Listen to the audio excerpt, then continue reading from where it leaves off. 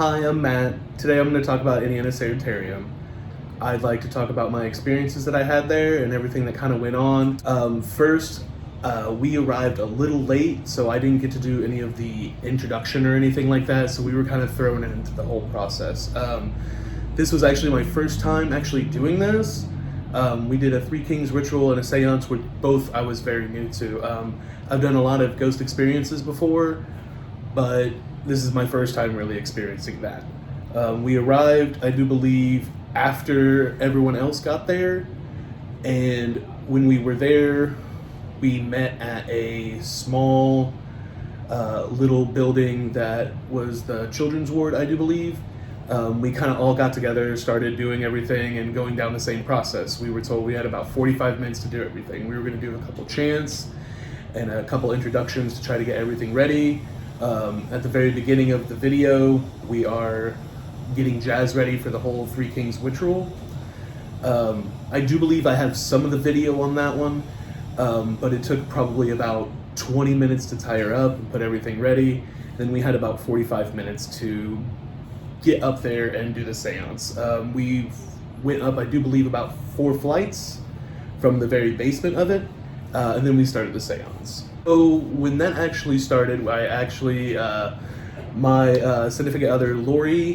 Hello, my name's Lorena. Some people call me Lori, some people call me Little Red, and some people call me Mama Rooster. My expectations were actually pretty blank. I usually try to live my life in a place where I can experience things fully.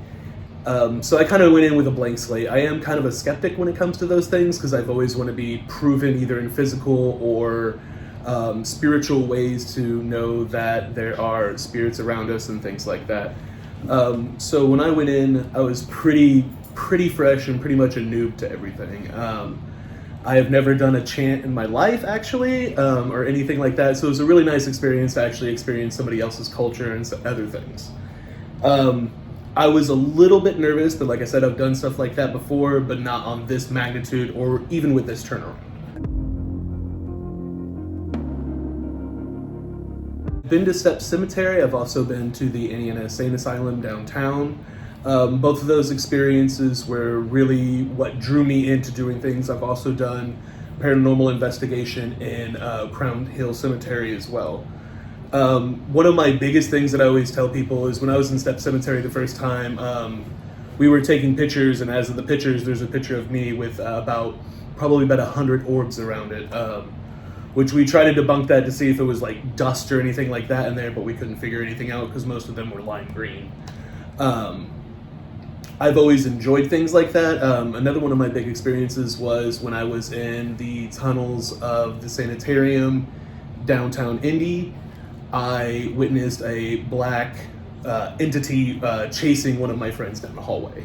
Down there wasn't too bad. Lori had to work that day, so we were a little bit late. I do believe we arrived like 2 hours after you guys did.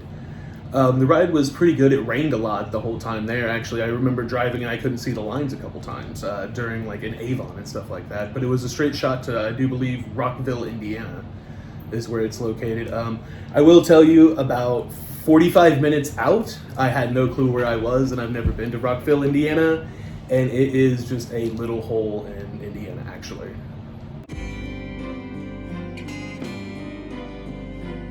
His experience was I was trying to actually film most of it, so I was trying to keep my camera steady. My biggest experience was as soon as we tied you up, you said, let's do this, let's go. We started chanting and everything, and as soon as that ended, we took off back around. And as soon as that actually did happen, you can tell that like the whole room got very heavy as it was trying to like almost chase us up the stairs, it kind of felt like to me. One of the biggest things is after we left everybody and we set up for the seance, it was when I was recording, I really noticed between like the spirit box and everything like that, that my camera kept auto-focusing on the windows and the door to the room we actually had. So I thought that was really weird because a lot of the entities were saying like, get up, go, move. I don't know if they were necessarily talking to us or talking to the other people that are on the levels, but they were actually auto-focusing my camera the whole time. And it wasn't really that dusty up in the very top as it was in like the bottom 2 rooms. So it was definitely a different experience on that. I do believe I was the only one that videotaped that didn't shut off or have any malfunctions in it. So hopefully with those videos, if you guys do end up watching them, can see the differences of like where one person's video shut off and another person's video kept going. One of my biggest things when I was videotaping was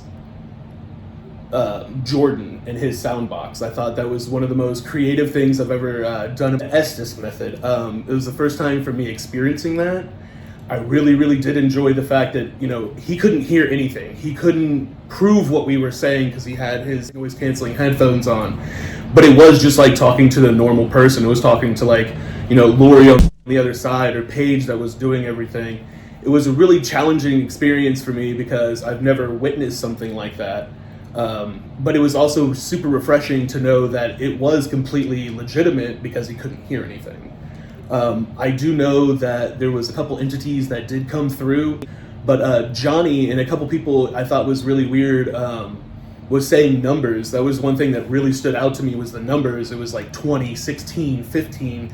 And actually when we left and came back with a smaller group after everything happened with the seance and everything, I noticed that all the doors in the second level were labeled with those numbers.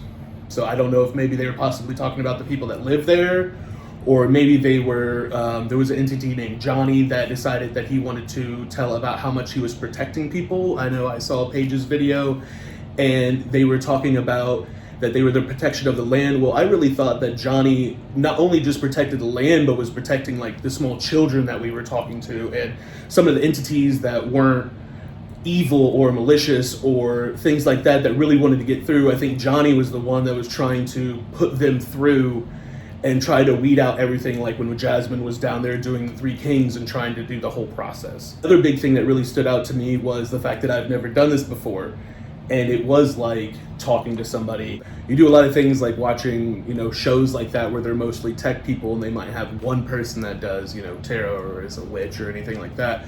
But this way, yeah, this time it was the exact opposite. There was mostly witches doing rituals, but then you did have the tech to back all that up as well. That was one thing. Like I said, I'm a skeptic.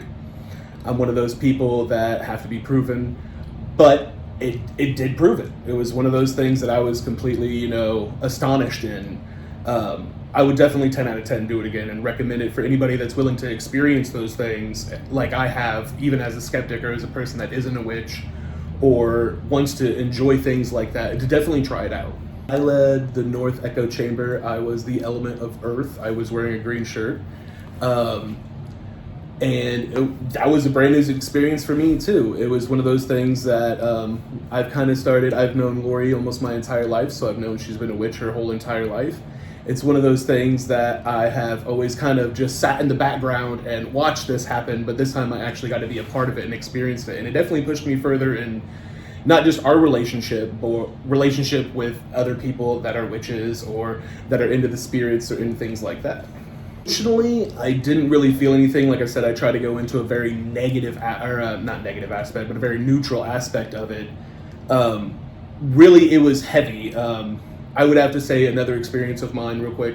I used to live in Colorado, and the trailer park I lived in was very haunted. Actually, there was things that were tossed across my apartment, and I got grabbed actually the first time that I was living there. That is kind of the feeling I had. It was very heavy, like somebody had your hands on your shoulders.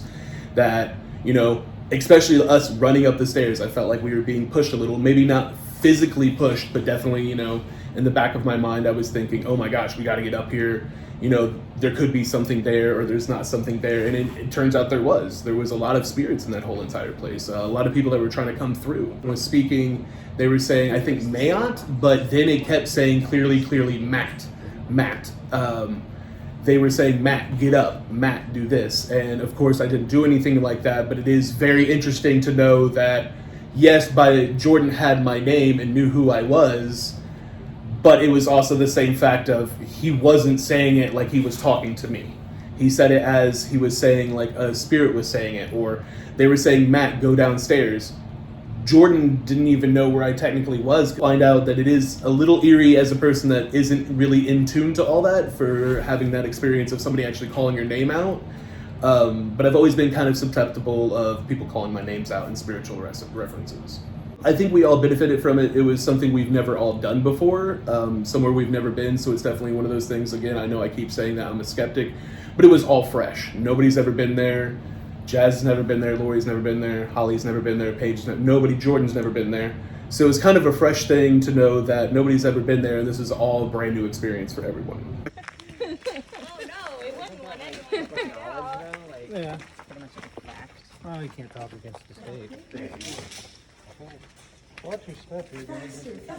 One of the biggest things that stood out was when me and Haley were talking to Jordan with the spirit box and everything.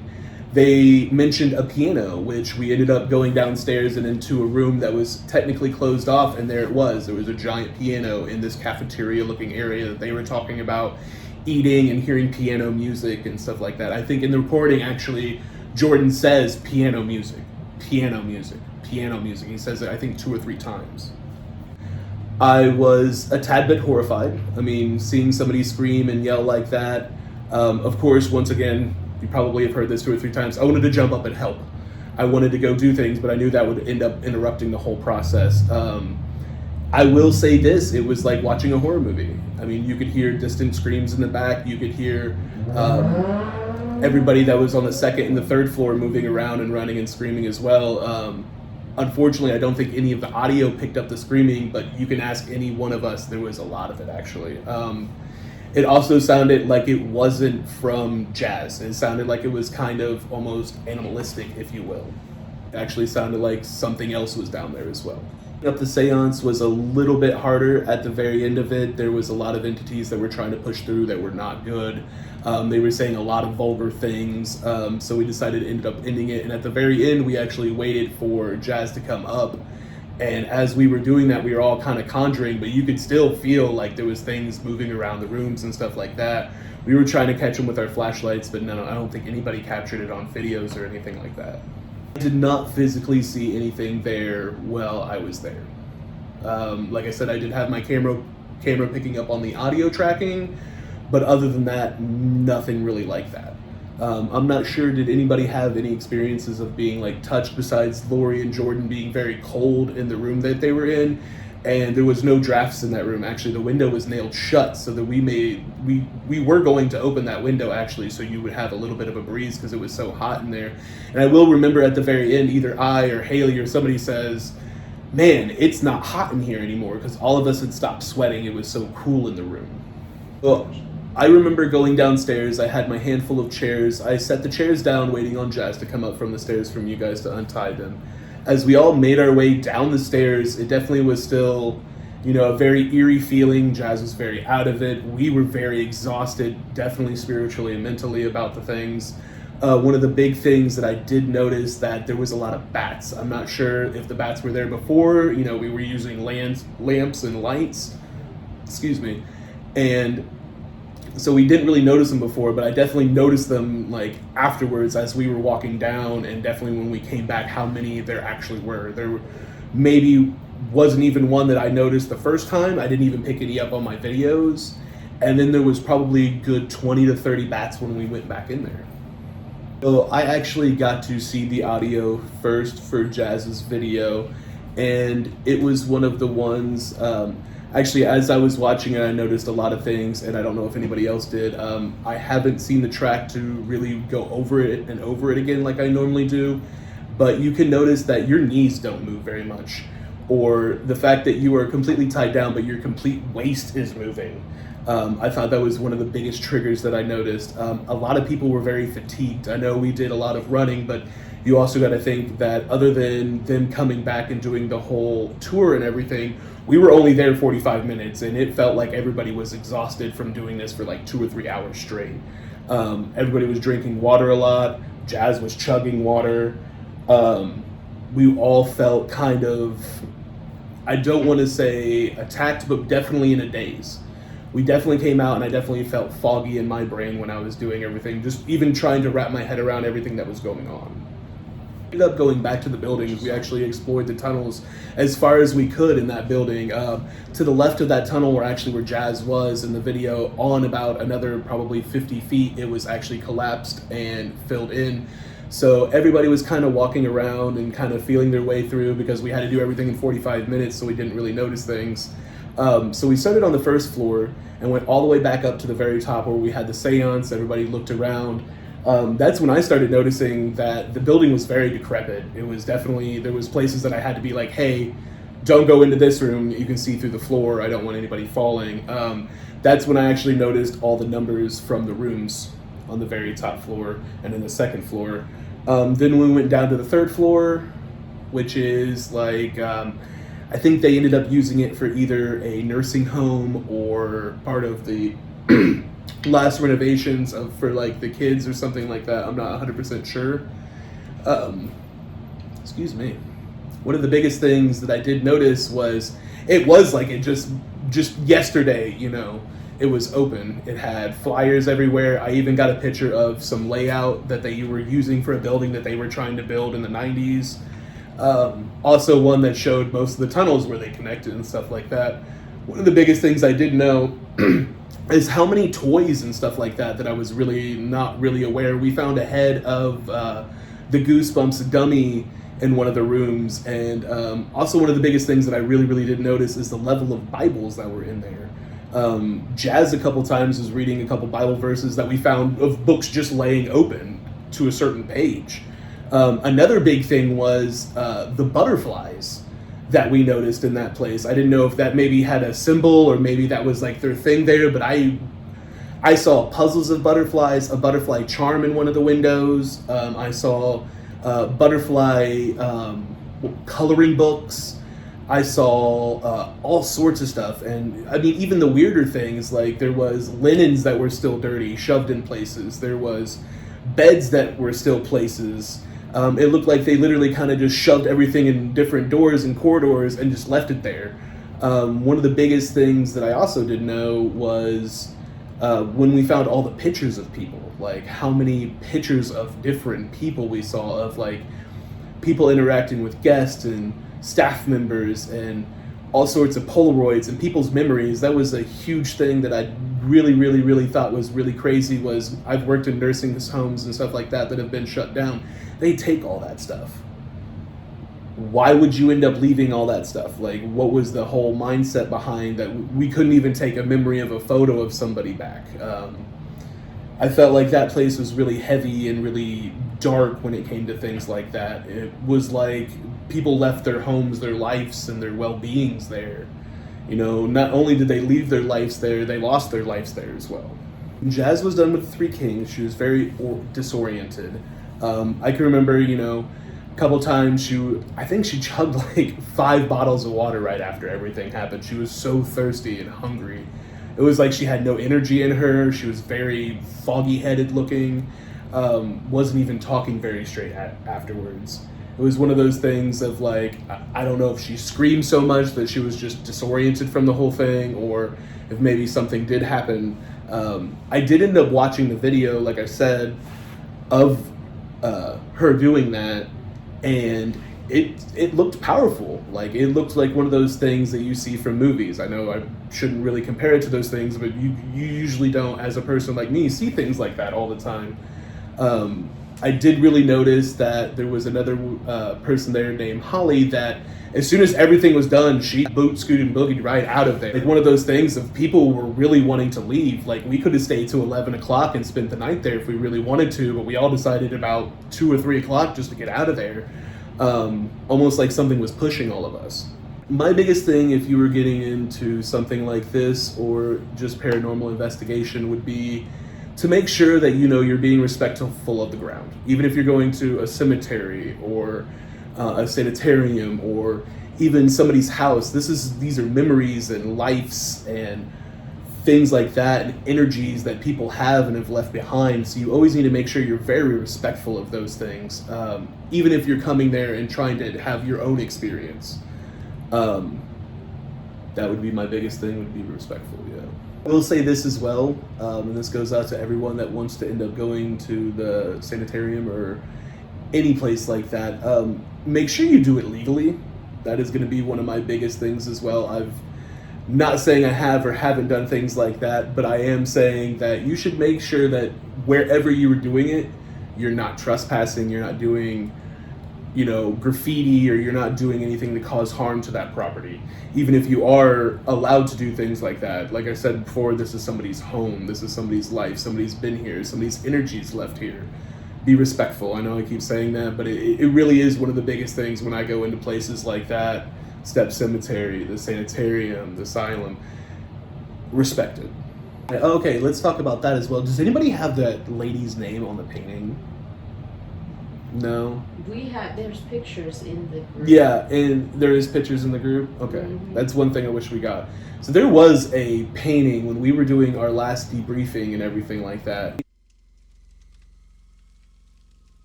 I wanted to point out that I felt like that painting used to be in that original place that we were. I do believe that that's where it was. Also with our debriefing, everybody was really tired. I know I was exhausted myself. I really wanted to get home and get to bed. I even told Lori, you gotta stay awake because I gotta stay awake. So everybody was definitely just physically and mentally exhausted from it.